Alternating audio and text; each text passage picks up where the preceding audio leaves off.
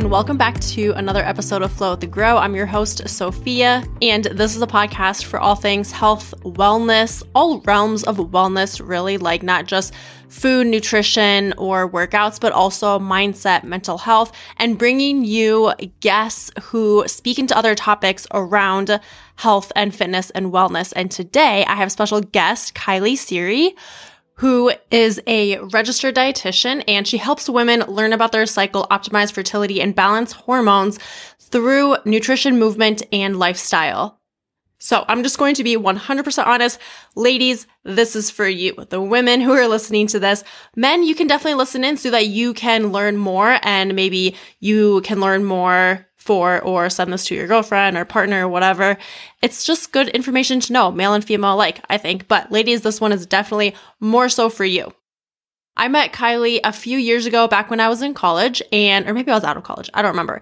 But we became friends, and actually I think the first time that I met Kylie, we maybe met through a mutual friend, but I was bartending at the 9, and her and another friend would come in and they wouldn't drink. They would just have water and request a couple of songs. And this was before the night was really busy and there was a dance floor, and they would just dance. And I just remember being so inspired by that. Honestly, I thought that was awesome.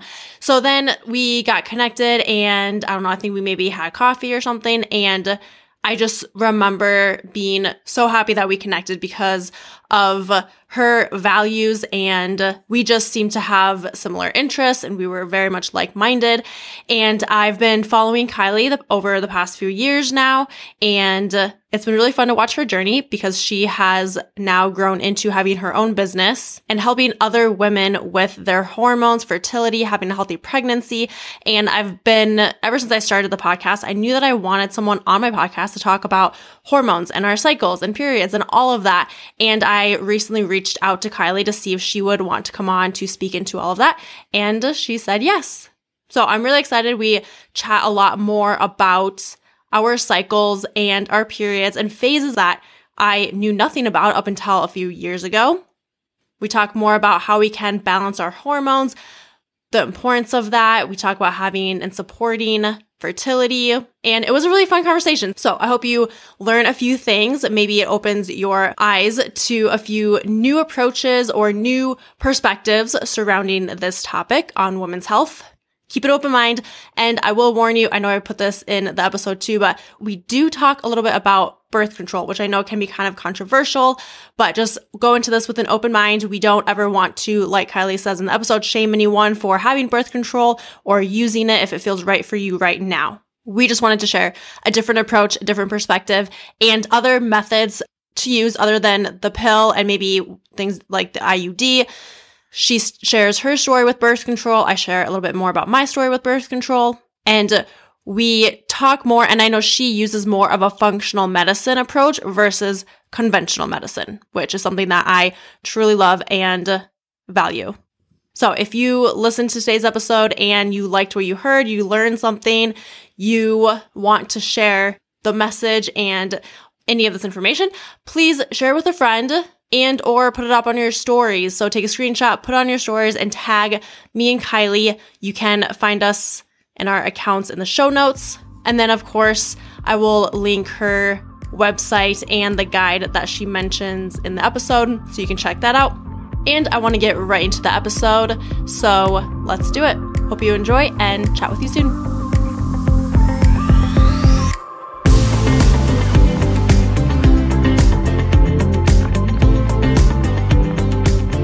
Okay, Kylie, welcome to Flow with the Grow.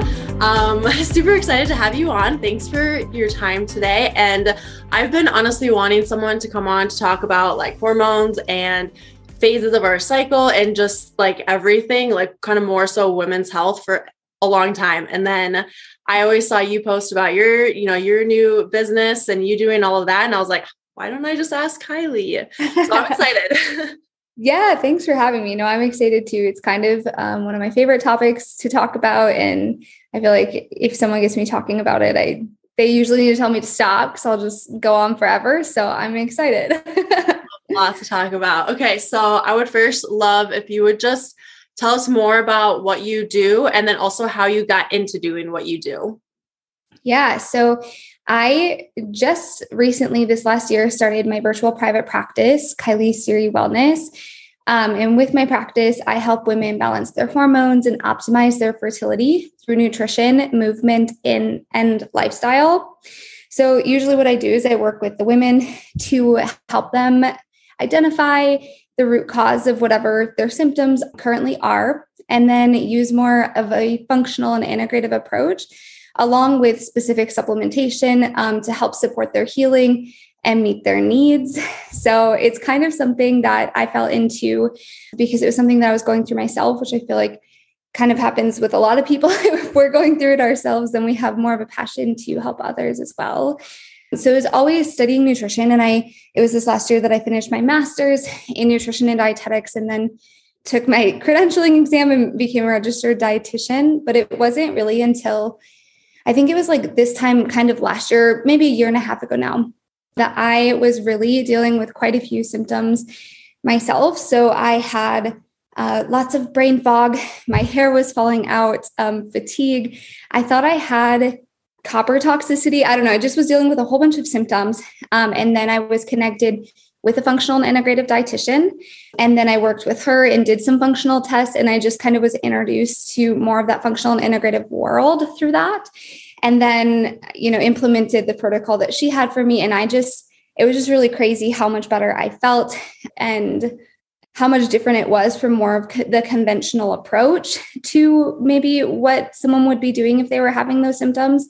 And so kind of after experiencing all of that, I knew that I wanted to dive into that world a little bit more and help women in the way that this dietitian helped me. So yeah, that's awesome that you kind of went through yourself having symptoms, and then you went not conventionally, but a different route. And then you experienced that, and then found that that's what you wanted to do and help people do. And this question came to mind. What is the difference between conventional versus the functional dietitian? Yeah. So the integrative and functional nutrition is more so, I guess I would view it more as the lens that I view nutrition. So in the integrative and functional world, I would say that, I'm not so obsessed with meal plans, or we're not so obsessed with meal plans or specific diet regimens or even calorie counting, but it's more focusing on support that revolves around nutrient density and adequacy, and making sure that your lifestyle measures are going to fit your needs and work for you rather than against you.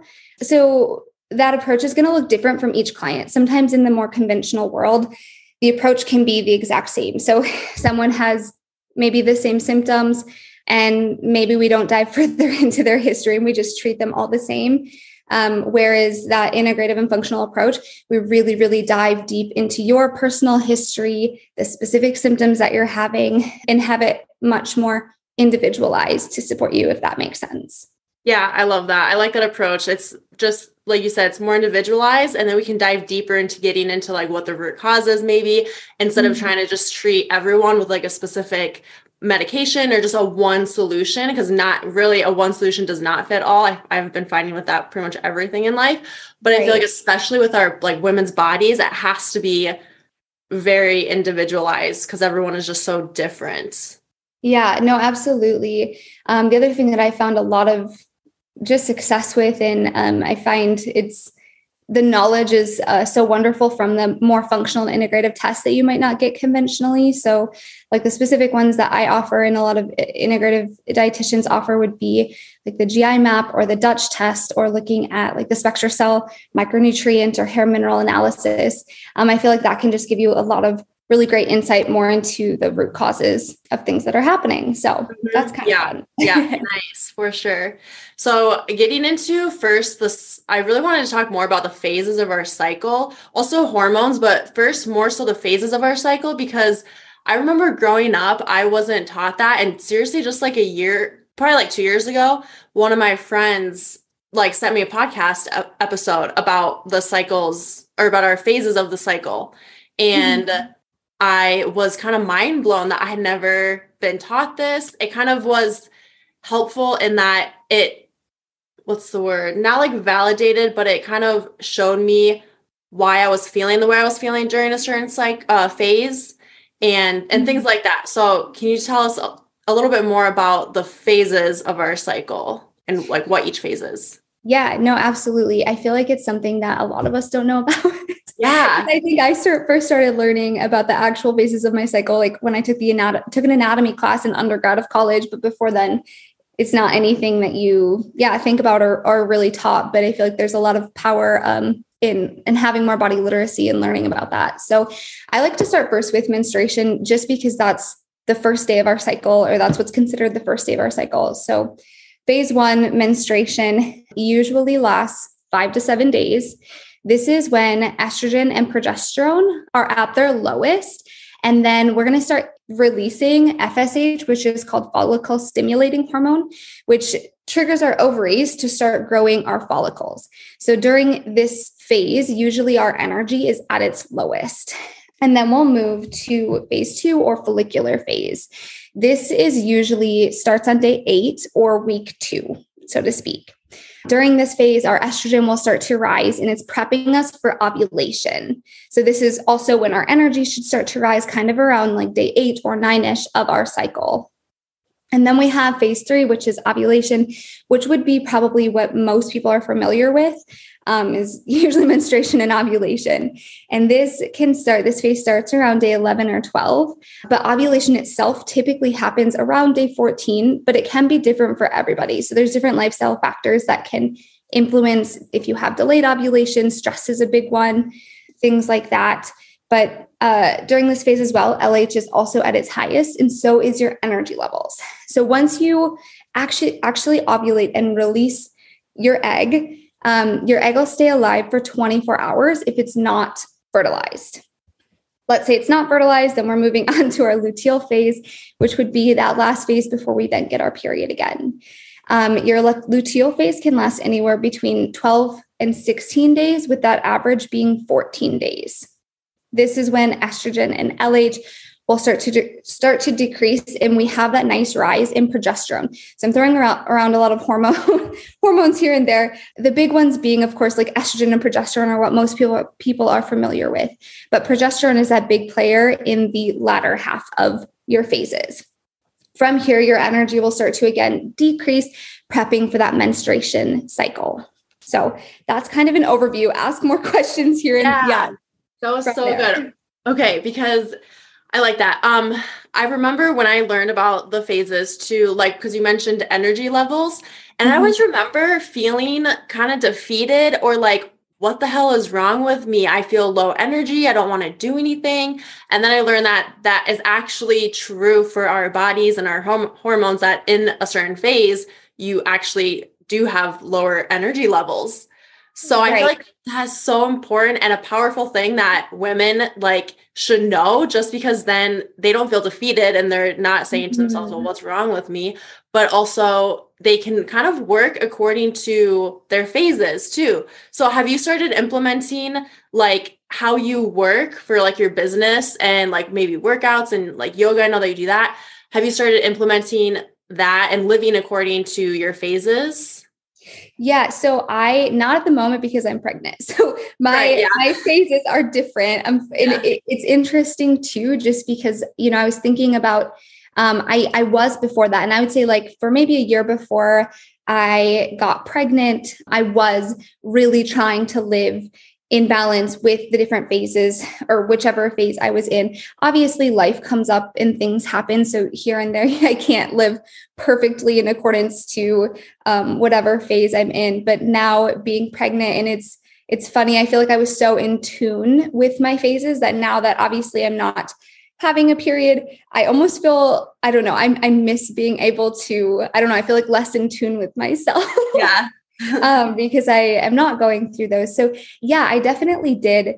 Workouts can be a big one. I think a really good place to start with that in general is matching your workouts with your energy level, because our energy level does fluctuate between like a whole month cycle. So it's not the same as maybe, the men in our life where they're operating on the same 24-hour hormone pattern, and their energy levels are going to be the same every 24 hours, where ours are going to be different throughout the month. So just being able to really match your workouts with your energy level during that menstruation time, when your energy is the lowest, allowing yourself to be okay with resting, or maybe you just do light walking or light stretching, or it's just that time to maybe slow down a little bit and focus more on the recovery side of things. And then, of course, as your energy level starts to increase, matching that with your workouts and feeling more empowered when you're able to do that rather than, like you said, defeated. I think that's kind of a good mindset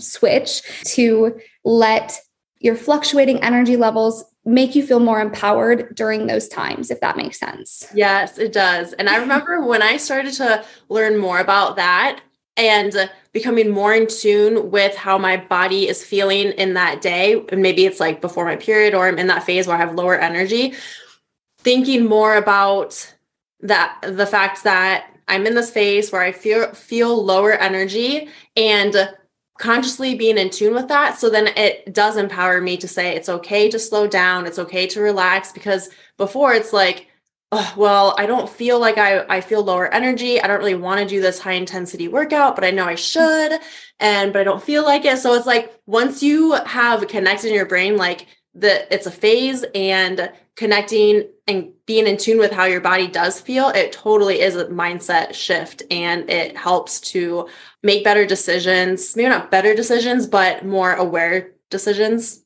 for how your body feels.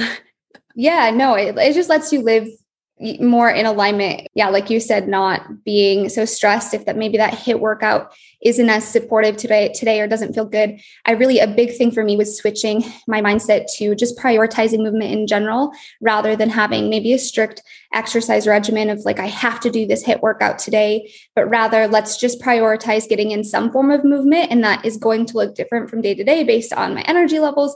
And maybe it is still the same workout that you had planned, but just lower intensity, or if you're feeling extra energized that day, higher intensity. So that was really helpful to me, of just not feeling so down on myself if I didn't want to do that workout that I originally planned. Yes. What about foods? Like, is there different food groups that would help optimize our phases? Yeah. So there are, and I'm going to be 100% honest, I haven't had the time to look into this part of it as much. Okay. So I don't want to speak as fully to that and definitely give any misinformation, but there are different things that you can do for each cycle. I think it's important to know that throughout your cycle, your hunger might change a little bit.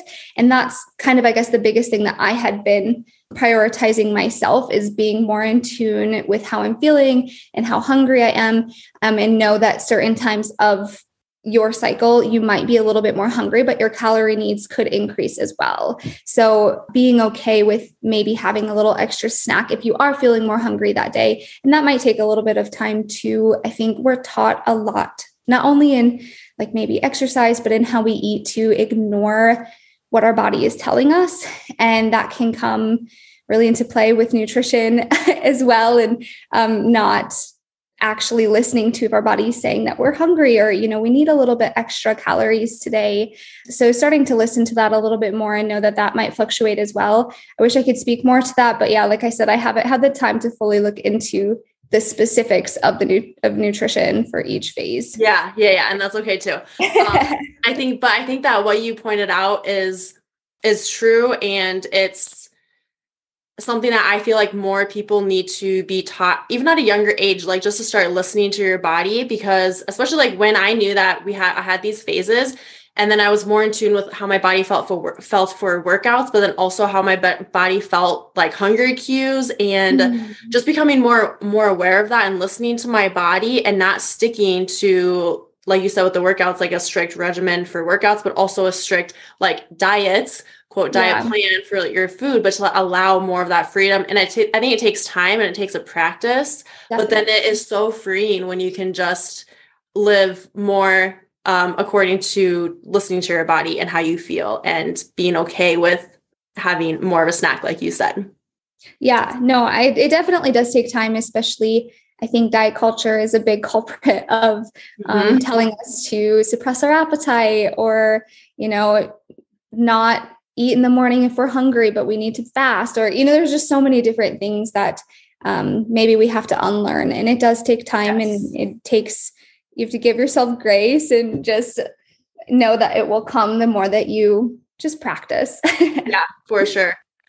So as I've been learning more the past couple of years about like our cycles and stuff, I also have heard other people say that PMS symptoms aren't supposed to be a thing really, like cramps, and I'm trying to think of some other specific ones, but I think that it's become common that as a female having a period, we have these massive cramps, or that's the one that's like the main one that sticks out to me. Yeah. But I've listened to like different podcast episodes and people talk about how that's kind of become a thing because of the foods that we eat, how, greasy food and foods that are maybe more inflammatory, especially during when we get closer to having our period.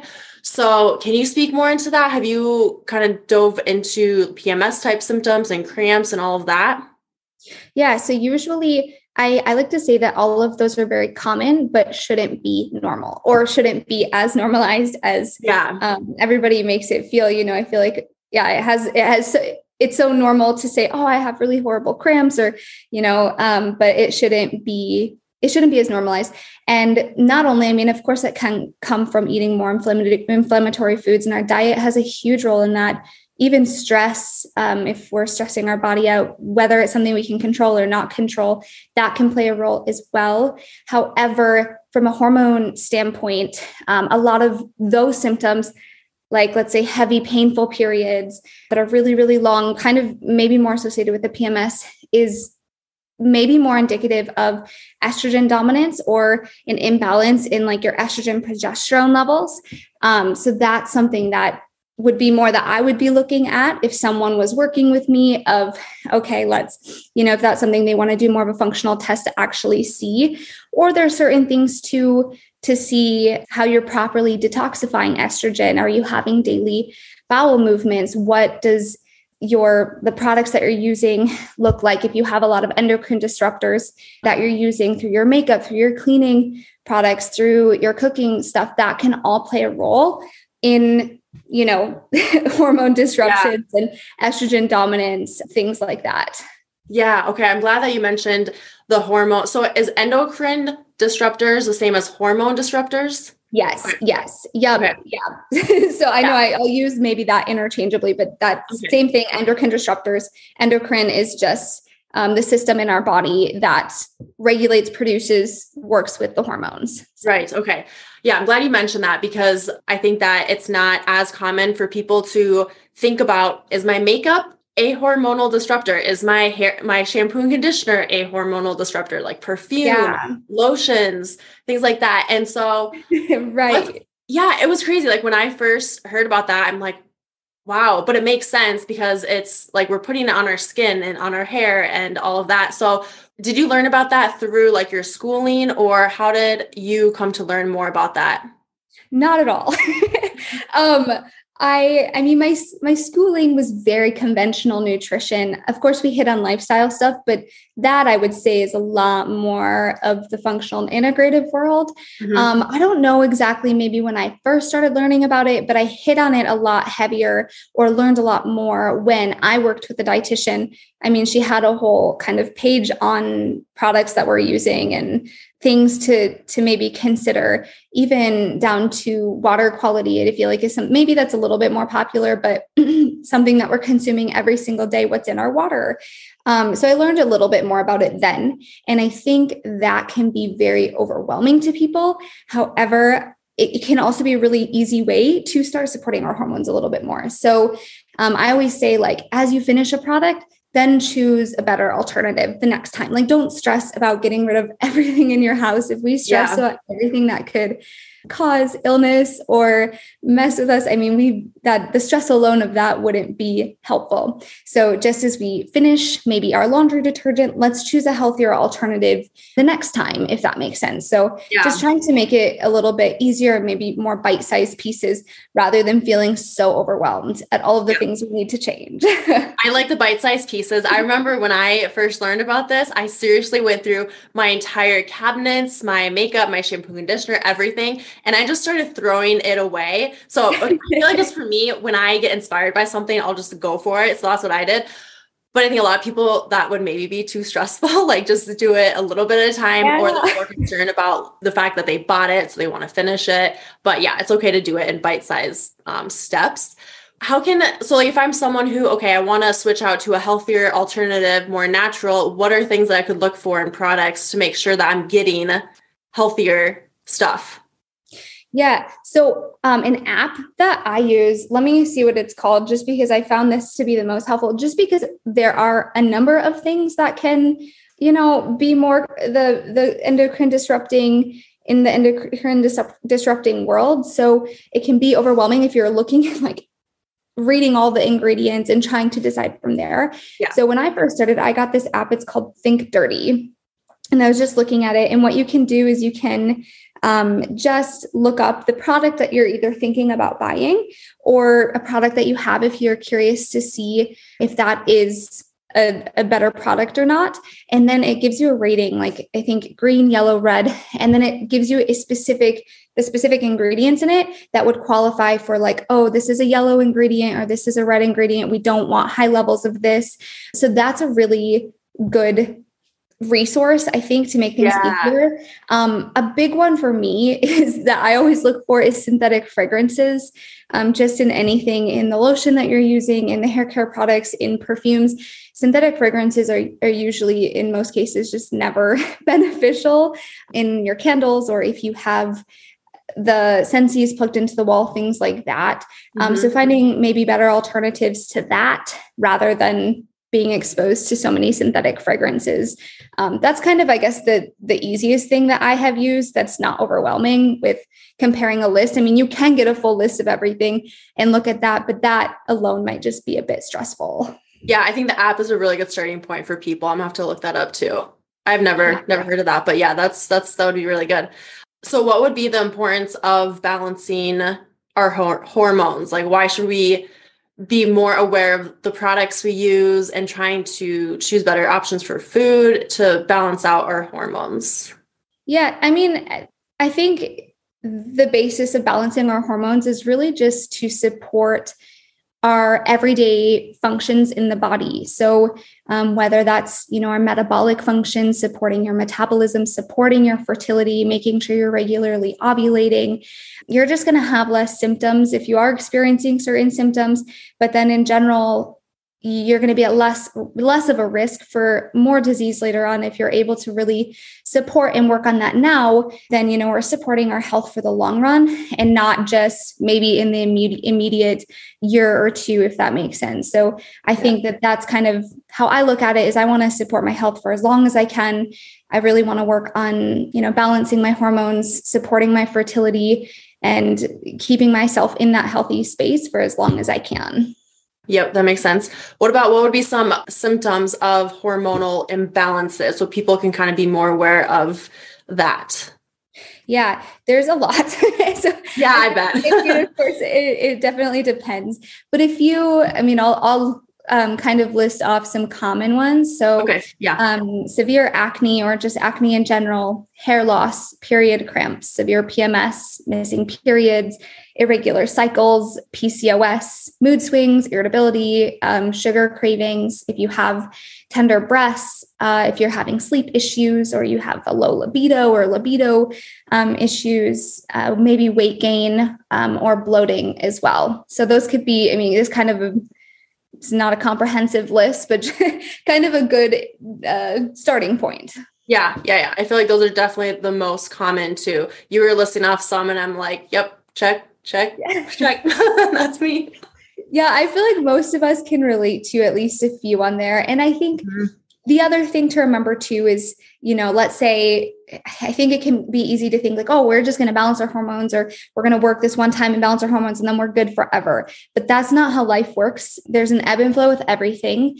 And so if we can just work to support where we're at right now, and that might look different in a year. So, the things that you're doing to support your hormones right now might look different next year, or as we transition, as women, as we go through menopause, that's going to look different. And so just being open to supporting yourself with where you're at, and know that that's going to ebb and flow and that's going to change. Yes, that's an important thing to point out, I think, is that it is going to ebb and flow and change. And also then it kind of puts me in the mindset of it's a process and it's a lifelong thing. Yeah. Like it's a lifelong journey. It's not like we're going to get to the spot where our hormones are completely balanced, but just always supporting them where we're at in our life. Right. Yeah, absolutely. Mm-hmm. Other than the products and maybe food, what would be things contributing to hormonal imbalances? So yes, food products are huge. Others are really foundational things that maybe you would think of in support. Maybe you wouldn't think of in supporting your health, but maybe you would. Sleep, of course, is huge. If you're getting good, high quality sleep, that is going to help support your hormones for sure. Another big one I focus on with clients is your blood sugar balance. So being able to pair carb, fat, protein every time we're eating and not going through long periods of fasting or maybe lower calorie or lower carb, but actually being able to consume nutrient-rich foods and have a good blood sugar or stable blood sugar. So yeah, not having too highs or going too high or going too low with that. Stress is a big one. So working on lowering the amount of inflammation in the body. Cortisol, which is our stress hormone, which can be released, of course, from normal everyday stressors, but also can be released from foods or from that maybe more fasting when you're fasting. So lowering that if we can. And then, I already hit on the fasting, low calorie, low fat, low carb. So we want to avoid that just because long-term, that's not the most supportive thing we can do for our hormones. And then, like we said, the products that we're using. So maybe switching out your cookware, your makeup, your hair care, the candles that you use, air sensies, things like that. Mm-hmm. Yeah, that makes sense. So then things like, I guess if you once you get a client, do you have them start off with a couple general things that they can start off balancing their hormones? Or I'm sure it looks different for everyone, but what would be if someone's listening, they want to start off balancing their hormones, what could be a couple of things that they could just simply start doing? I know we kind of talked a little bit about, but what would be a couple? Yeah, no, I'll definitely hit on that again. And I think sometimes, I don't know if it's the pregnancy brain thing, but I can tend to go off and then maybe miss the point too. So if you need to reel me back in. No, it's been so good. You've hit all the points. I also just recapping and then giving steps. Actionable steps. Good. Yeah. Yeah, no, that makes sense. So I actually have a guide on my website and it's I think it was 5 steps to start balancing your or daily steps, things that you can do daily to start balancing your hormones. And so I'll hit on some of those now, but if you want more detail, I know I have that in there. And then I also have some recipe ideas or food ideas that can help with that as well. But awesome. We'll hit on, kind of the same thing. So sleep, getting 7 to 8 hours of high quality sleep. So really evaluating what your sleep looks like right now. If there's things that you can do to improve that or get higher quality sleep. And then a huge one that I always work with clients is balancing your blood sugar. So having a carb, a fat, and a protein every time that you're eating, or at least a carb and a protein, carb and a fat. And we're not having carbs alone or just protein alone, because both of those can spike our blood sugar. Our bodies can handle that short term, but long term that can cause a lot of stress. So balance your blood sugar is probably one of the biggest ones. Let's mitigate our stressors. So take a good look at what's going on in your life, where your stress is coming from. If some of that you can control, some of it, of course, you're not going to be able to, but try to lessen what is within your control. Some stimulating foods that also cause a little stress on the body would be things like caffeine and alcohol. So that's usually something I hit on with clients, not to say we can't have that, but it's more of how we're consuming it. So if we're consuming coffee first thing in the morning without any other food, that can cause a lot of stress on our body. So a lot of people love to have coffee for breakfast. Yep. And that's something I say, which is right. It's awesome. I love coffee right away in the morning too. But seeing if we can either have coffee with our food or have a source of a carb and a protein and a fat in our coffee. So if you add a little heavy cream or a little whole milk or, whatever kind of your thing is. And if you want to add some collagen or something to it, so it's not just caffeine alone and we're not spiking our cortisol and our body's in a better state. So working on that. And then you can work to cycle your workouts as well. So that's a really good one. People love cardio, and I get it. I love cardio too, but looking at maybe how much cardio that you're doing, and is it supportive of your hormones, or maybe do we need to take a little bit of a step back and focus on cardio more during that follicular and ovulatory phase? So recap: good sleep, balance your blood sugars, mitigate your stressors, cycle your workouts, lower some of those hormone disruptors that you might be exposed to. Love all of that. Yes. Yeah. Okay, good. That was kind of good. Yeah, no, that was good. That was good. And I'll also definitely put your link. So if anyone right now wants to go check out your website and the guide, it'll be in the show notes so people can check that out. That's a good resource, I think, for people to have. It's a good starting point. It is a good starting point. Yeah. It's just kind of like you said, having more of those actionable steps of things that you can do, because it can become so overwhelming, and, you might think, do I need tests, or do I need this or that? But really there's definitely things that you can do on a daily basis just to support your hormones. So yes, definitely. So, okay, let's switch over to birth control and fertility. I know this is kind of a controversial topic, especially the birth control. So just warning everyone listening right now, we're going to be talking about birth control, and you may not agree with some things, but that's okay.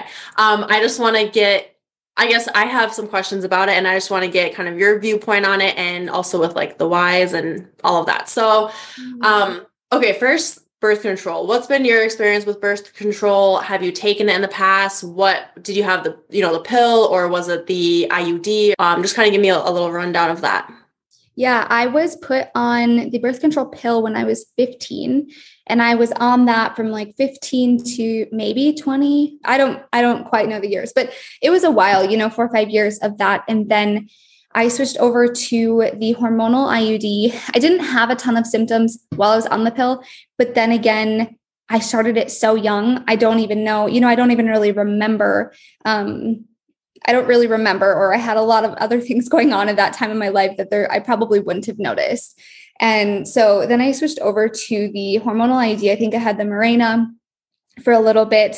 And it's not that I had symptoms. It was more just that I was starting to learn a little bit about hormones. So this was before I really dived into hormonal health, but, from a nutrition perspective, but I just was kind of wanting to live maybe with, I want to say more natural, but again, I don't want to shame anybody for, if you're on birth control or anything like that, like, right, yeah, because it is what it is, but I just wanted a more natural version of birth control. So I was trying to look into that a little bit more. I didn't want to have synthetic hormones in my body anymore. So I started learning about the fertility awareness method. I wasn't ready to start that at that time. And so I got the copper IUD, which is the non-hormonal IUD. Yeah, that's made of copper. And with that, I had horrible side effects. My periods were so heavy, so painful. I remember one time waking up in the middle of the night and having to breathe through a cramp, almost like it was a contraction. Like, it was so painful. It was horrible. And I thought that it maybe even had lodged into my uterine wall because of the pain that I was having. And it didn't. That's just some of the side effects of it. And so I did get that taken out. I was like, we're going to do the fertility awareness method. I think it's really scary because it's not something that we're taught. And I wasn't ready to have a baby, wasn't ready to get pregnant. So it just was scary, but I knew I didn't want to go back on the pill. I didn't want the hormones anymore. And the copper ID did not work for me. So I took the steps to learn the fertility awareness method. And my husband and I did that for probably about 2 years before then now being pregnant. So we successfully did that for 2 years. It does work. It does take more effort for sure. And you do have to learn it. But once you do, I think that there are so many positives to it as well. But that's kind of my story with birth control and where I've been. Yeah, I think that I'm pretty sure I remember when we were talking about birth control and maybe like the IUD and natural ways that I remember I don't even remember where we were exactly, but we were having a conversation about it. And I just remember thinking, holy cow, I did not know about these natural ways without taking a pill or having something in my body. I had no idea because we were not taught that. And one of the reasons why I wanted to have you on too was just to share with people, kind of educate people that yes, there are other options. And it's more of like, we don't, like you said, we don't want to shame people if they do have a birth control pill or whatever it is that they're doing, but just to kind of put out there that there are other ways if you're wanting to not, have those things. But I remember I'm pretty sure you were talking about the fertility awareness method that's kind of my first exposure to it was when you were telling me about it. And at that time, just a little bit of backstory about me is when I was taking birth control, one thing was my libido went downhill. Like I had none. I was like, what the hell? Like what's going on? And I didn't even know it was the birth control at the time. I also, after started taking the pill, that was when I started getting massive cramps. I had no idea that they felt that way. Maybe some of it was from the way that I was maybe eating or my food and stuff. But I just remember kind of connecting the fact that I didn't have cramps before the pill. And then after the pill, I started having really bad cramps. Mm-hmm. And then once I started learning more about the natural ways and things like that, I just decided to go off of it. And then a couple months after, and I know that there's maybe symptoms or things that can happen after you go off the pill and everything. But for me, it was pretty much a smooth transition. And then my libido went through the roof again. So it's crazy. And I haven't been on the pill since or anything, but so that's kind of my backstory with it. And I would love for you to share more about the fertility awareness method and what that is. And also the basal body temp tracking. I don't think that's the same thing, right? That's different. It is the same thing. Oh, it is the same thing. Yep. Okay. Yep. Okay. And I can definitely hit on that. But yes, just kind of speaking a little bit to your experience, I think that everybody has different side effects and everybody reacts differently. And like I said, I think I was so young when I was on the pill that I didn't notice if it messed with my libido, but that is a huge, thing that a lot of people struggle with, or even maybe increase in anxiety and depression, or, people notice a lot of different things when they're on it, or, when they come off of it and whatnot. So I'm sorry you went through that, but I'm glad that things are feeling better now. Yeah. I think it's great to just bring more awareness that there are more options. I remember when I first told the OB that I was seeing just for my yearly checkups that I wanted to get my IUD taken out and I was going to do fertility awareness method. And it almost even felt that she shamed me for doing that. Like she made me feel bad that I was for sure going to get pregnant if I wasn't on something. And I think that that's a common story for many people, not all. And I'm sure there's OBs and, people out there that are really supportive of that. But I also know that I think it's very common that it's not talked about. And maybe we feel bad or like we're immediately going to get pregnant if we're not on birth control. So it's fun to switch that narrative and teach people that there are other methods if that is what they're looking for. So, and just starting off a little bit more with the birth control, I do like to say, obviously, I don't love birth control because of the side effects that it can have on your body. But if it's right for you at the moment and you are fully informed, I think that's my big thing is I want you to be informed of what could be happening to your body or what it's doing to your body. So you can either support yourself while you're taking it, and then know, what could happen when you come off of it. And then if that's right for you at the moment, then no shame there whatsoever. We have to do what's right for us wherever we're at in our stage of life. And sometimes, like with the fertility awareness method, it does take a little bit more time to learn it. And it does take more attention to detail. So if you're not there, I understand that because I wasn't there at a certain point too. But that being said, people can have different symptoms when they come off of it. So we'll hit on then the fertility awareness method. What the fertility awareness method is, it's a non-toxic, non-hormonal way of tracking your fertility.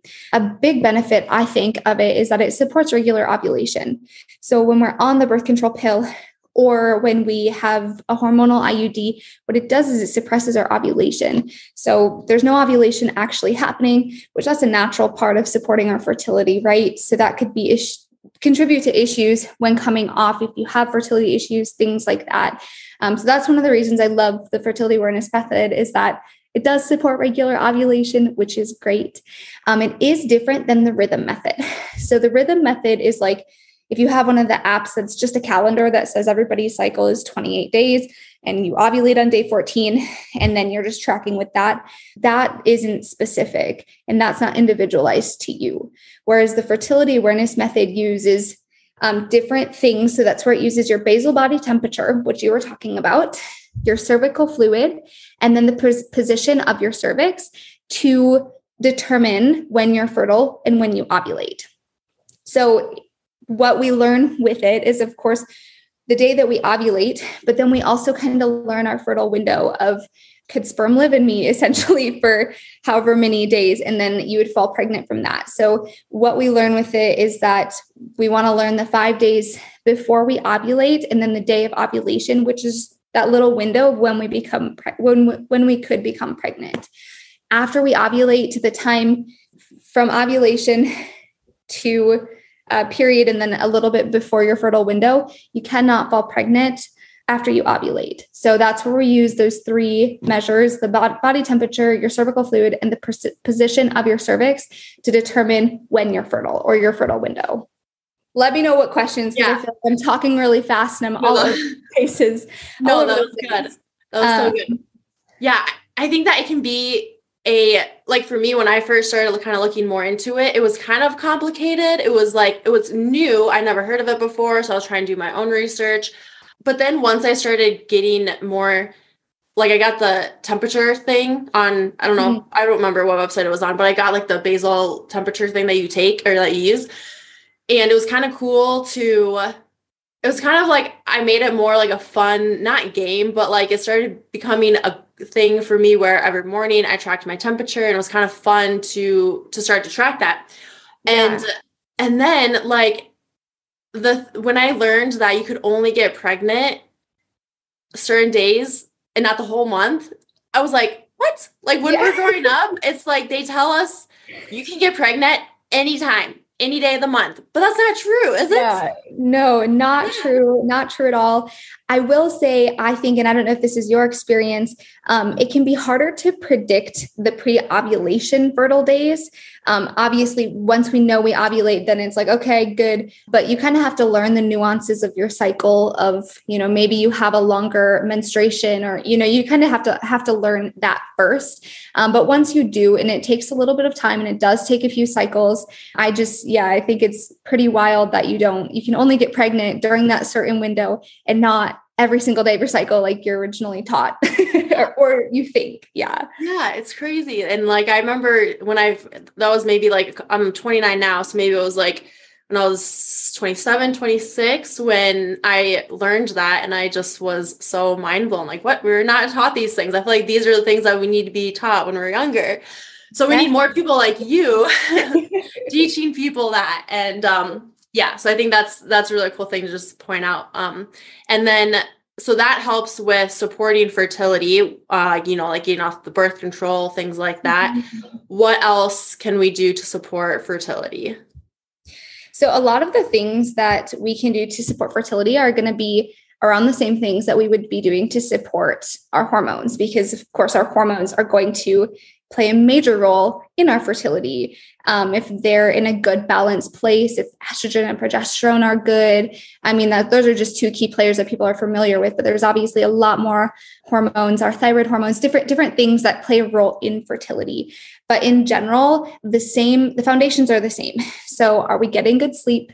What does our stress look like? Are we really, really, especially if we're trying to get pregnant, or actively trying, your stress might be a little bit higher, and that might be a reason why you're not getting pregnant. So looking at your stress, we're going to look at nutrition, the foundations being your blood sugar balance. So always thinking about pairing your foods, eating when you're hungry, not fasting too long. And then more specifically, you would do this for hormones, but especially if someone was coming to me and they're really looking to get pregnant, or they're just really wanting to support their fertility. I guess I'm saying pregnant, but you don't have to be trying to get pregnant to support your fertility. They're not exclusive. But something I really would focus on would be consuming nourishing foods. So I'm going to dive into a little bit more specifics with animal foods, just because that's a whole nother thing.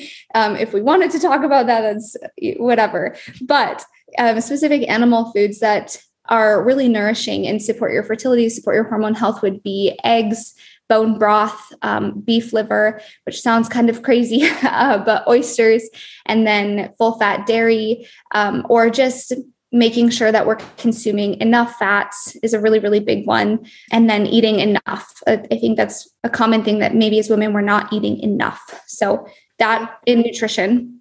And then daily movement, that's really supportive.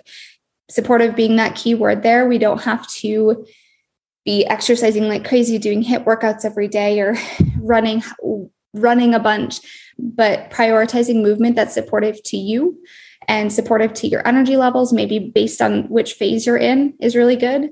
And then if someone's coming off birth control and let's say they're wanting to try for a baby, taking time before trying, like come off and then give your body time before we want to try for a baby. I mean, just in general, of course, if you're coming off of birth control, but you don't want to get pregnant yet, then you're going to be for sure giving yourself time and trying to support the nutrients that would be depleted and rebalance things that maybe were off balance from hormones. From the birth control, if that makes sense. So if you want me to recap, would be the sleep, stress, balance your blood sugar, consume nourishing foods, daily movement that's supportive, and then taking time, especially if you're coming off birth control, give your body time to find its natural balance again.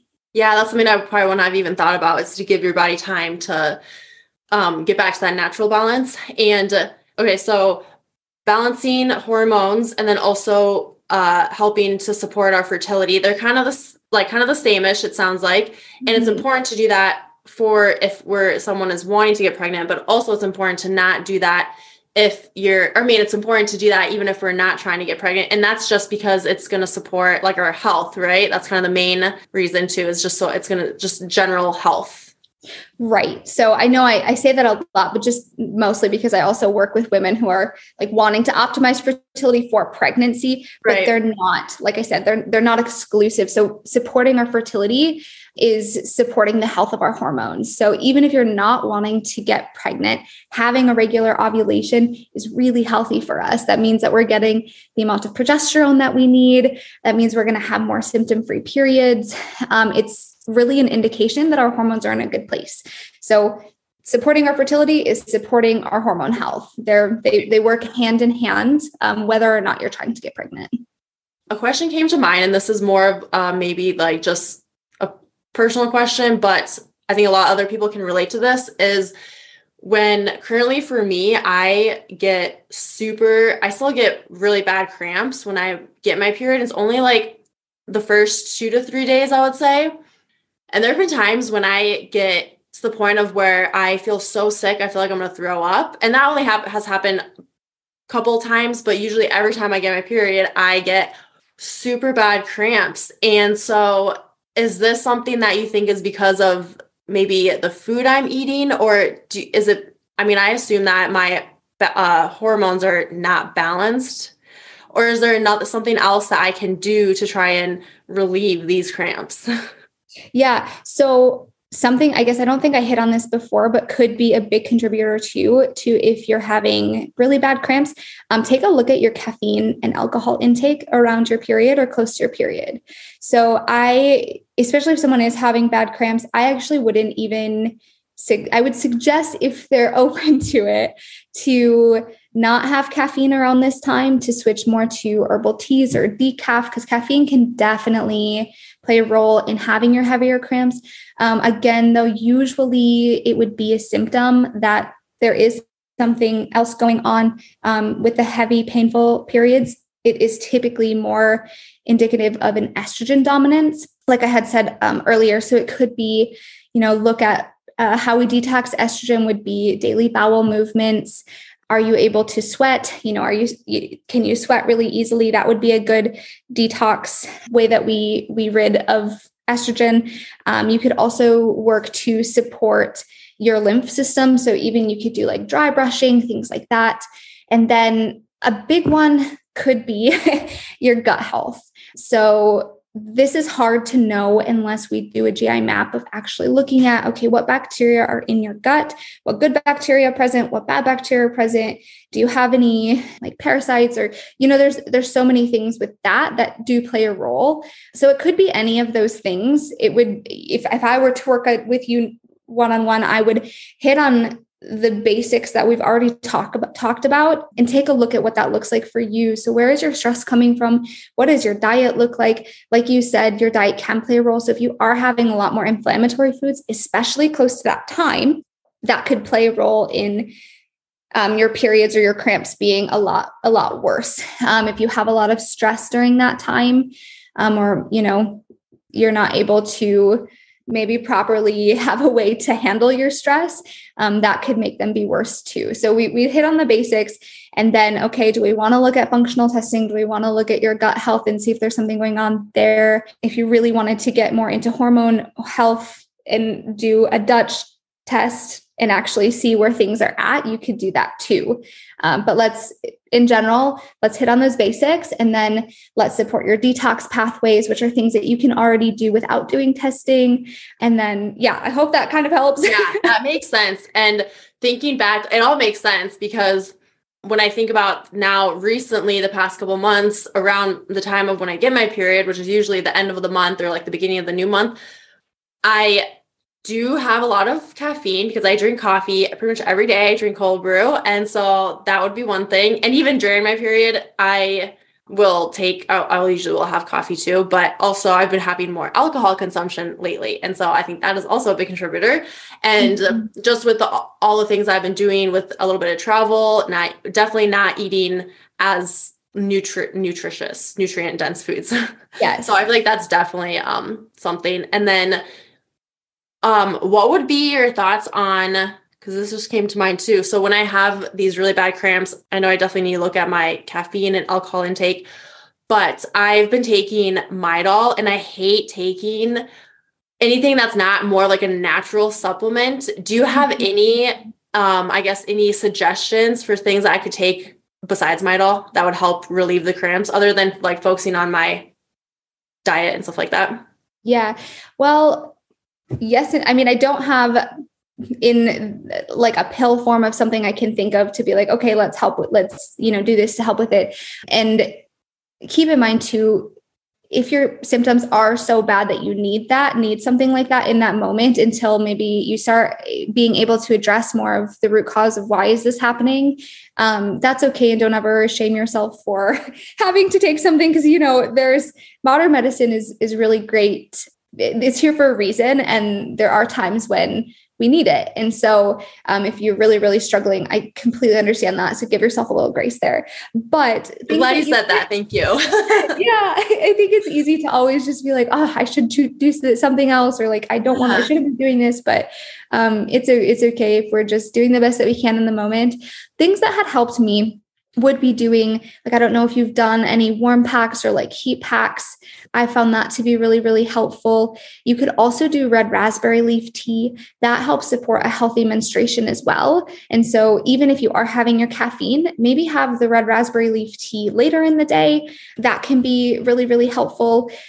The other thing I really would just suggest is if you can lower your stress. So if you, during that time, or like those maybe 2 days that your period is the heaviest, when you typically would do that, see if you can lessen your schedule that day. I would suggest more yoga. I would suggest like a pose that I really love is doing like legs up the wall. So if you sit close to the wall and have your legs up and just really allow yourself to rest, that does play a role. So I know that none of those things are like specific replacements and maybe not what you're looking for, but things that could potentially help.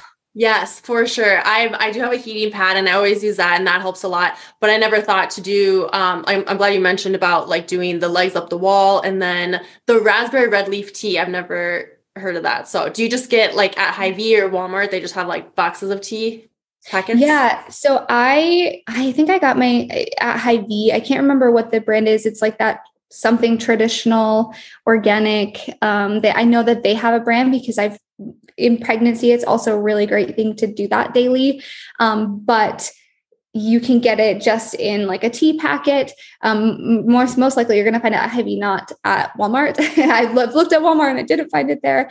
But otherwise you can get a loose leaf tea too and brew that yourself. And that might be something that's kind of an enjoyable, almost little ritual that you do to help you de-stress during that time. So yeah, I'm going to have to definitely try that out. I love tea, so I haven't been drinking it lately, but I do love it. So I'm going to try and find some of that. Sounds really good too. Awesome. Yeah, it is pretty good. I mean, I really enjoy it. I like to add a little bit of cream to it and maybe just a little bit of honey. Yes. Oh, yes. I love honey in my tea. So good. Yeah. So good. Going back quickly to birth control. So sometimes I've heard that people go on birth control to help regulate hormones. What's your findings with that? I think it's BS. No, I mean, it is what it is. And I get if you're having symptoms and it helps you alleviate those symptoms, that might be what you're thinking is like, oh, it helps me balance my hormones. My symptoms are gone. When really what it's doing is masking your symptoms. Yeah. So if you think of it, if you're taking birth control, this is of course like pill and synthetic, the hormonal birth control. This is separate from copper IUD or like condoms, synthetic. So hormonal birth control. What that is it's of course synthetic hormones and it stops you from ovulating. That's how it works as birth control. So of course, when we're not ovulating, we don't have any progesterone, or the progesterone that we're having is a synthetic progesterone from the birth control that we're taking. And then when we have our period, and I'm doing like, it's not a real period. What I like to call it is a withdrawal bleed, or, other people call that too. If you're looking into period books or hormone books, but it's really a withdrawal bleed from the hormones that you're having. So it's not the same as a period that would follow regular or being able to ovulate and then have your period. So really, it does not give you an indication of where your hormones are at, because it's masking it. You're getting synthetic hormones and you're not able to really see, am I regularly ovulating? How are my periods when I'm not on birth control? So no, it does not regulate your hormones. That's the opposite, it sounds like. Yes, opposite. Oh my gosh, yeah.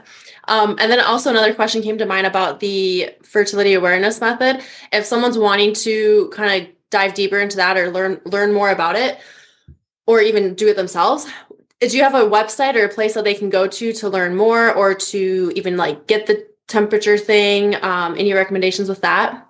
Yeah. So there's a few, you can do it completely yourself where you are tracking every day. And like you said, then you'll track your temperature and then make sure to mark when you ovulate and whatnot. But there's also some really cool products out there that basically do all of it for you. And all you have to do is your temperature, but then it calculates it for you. And it gives you like green days, red days.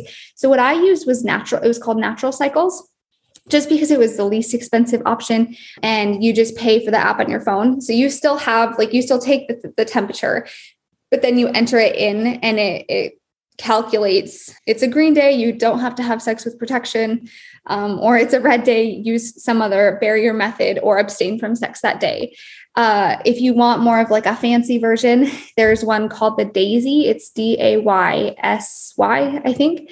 And that one is a bit more expensive, but you take the temperature and then I think the thermometer tells you red or green. And of course, there's an app that goes along with it too, so you can see that, but it just is maybe a little bit quicker. So you don't have to have, more of the fancy ones. You can definitely just get a temperature or a thermometer and do it yourself. There is a book, and let me look really quick. I think I have it right here. Yeah. Okay. It's called Taking Charge of Your Fertility. And that is a huge book. It's definitely a little overwhelming, but that's what I first used when I wanted to learn about it. And it just teaches you all about your body temperature and what that should look like within a month to know that you have ovulated. But it also goes into your cervical position. So feeling where your cervix is at, and that gives you an indication of your fertility. And it talks about cervical mucus. It goes into some hormone stuff too. So that's a really great resource guide if you're just wanting to learn more about it. But if you're looking for something like an app or something, the natural cycles that I use, I feel like that was really budget friendly and it worked great for me. Awesome. The only thing with that is keep in mind, you're going to get more red days until it learns your cycle. And same with when you're just doing it yourself, is obviously right in your first cycle, you're not going to know all of the different nuances that are specific to you. So give it a little time, give it like three, 4 cycles before it's going to really lower down or hone in on your fertile window. So that's really, really helpful. Taking charge. So the taking charge of your fertility book. And then, that's some good courses I'm planning on doing down the road this year. I'm planning to work on some courses, and I want this to be like a course that I do where I can teach this, but also be able to teach more nutrition based on your cycles. And like we had talked a little bit about, and then nutrition to support coming off birth control, or nutrition to support while you're on birth control, if that's what you choose to do too. It's good to know how we can support ourselves if that's the right option for us at the moment. Yeah. Oh, that would be so cool if you did that. Courses for just learning all of that stuff. Yeah. Right. Just like, I find I learn best in kind of like that. If something's presented in that way, and then I have like maybe little handouts or, I find best with someone teaching me in that way rather than just maybe reading a book or about a book about it or something like that. So that's something that I want to do this year, and hopefully we'll be able to. So, yeah. Oh my gosh. Well, let me know I'm sure you'll all see it when you post about it and stuff, but that's exciting. Love that. So kind of wrapping up with this, is there anything else that you wanted to say about like our phases, cycles, hormones, birth control, fertility, anything else that you wanted to just make sure that people know or are aware of, or anything that we didn't talk about yet? I mean, I feel like we hit a lot on all of this. It's great. It wasn't too much information or information overload, but I guess that would kind of maybe be more of my message. And when you start diving into this, it can feel so overwhelming, and like, where do I even start? And, what do I do to support my hormone health? What do I do to support my periods?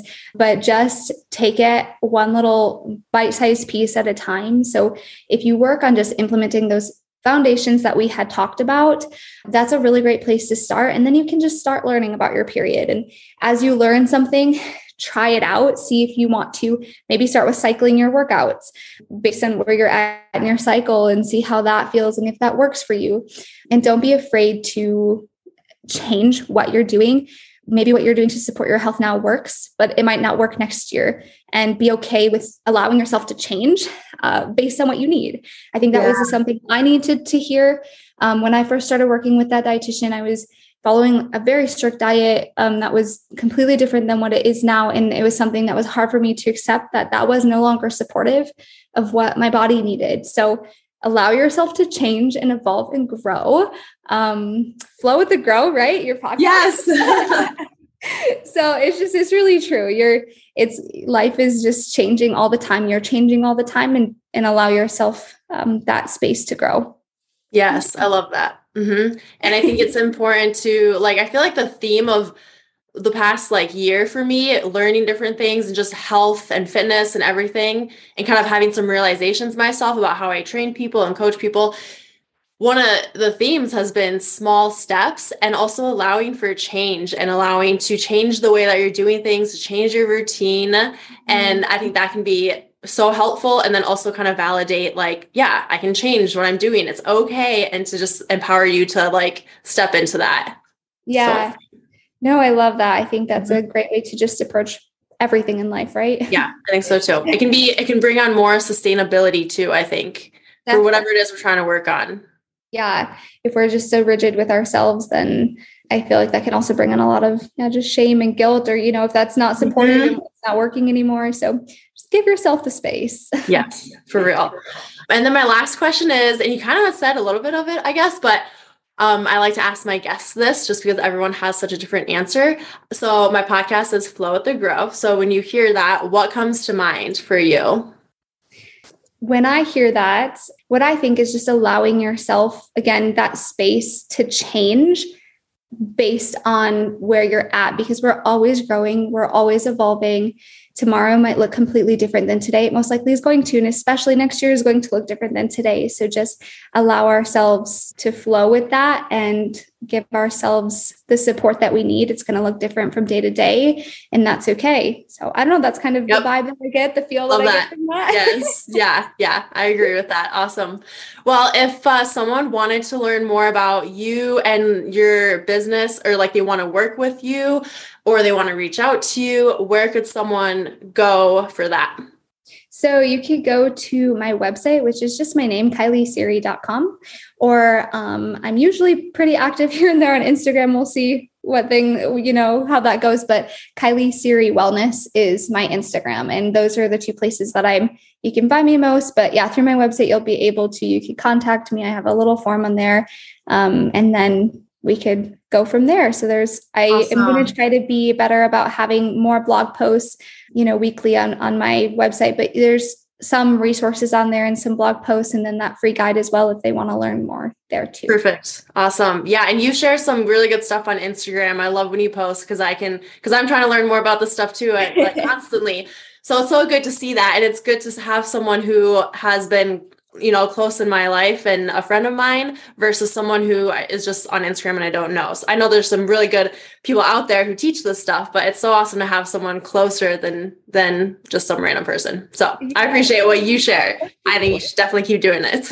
Well, thank you. I appreciate that a lot. Sometimes in the thick of it, you just never know if it's, but I'm glad that you're able to relate and learn. So that's awesome. Constantly. Yes. So, well, thank you for your time. We'll definitely have to meet up sometime soon and get together. But yeah, thanks for doing this today. And I appreciate all of it. I learned a lot. I'm sure people who are listening are going to learn a lot, but yeah, I appreciate it. Awesome. Well, thank you again. Thanks for having me.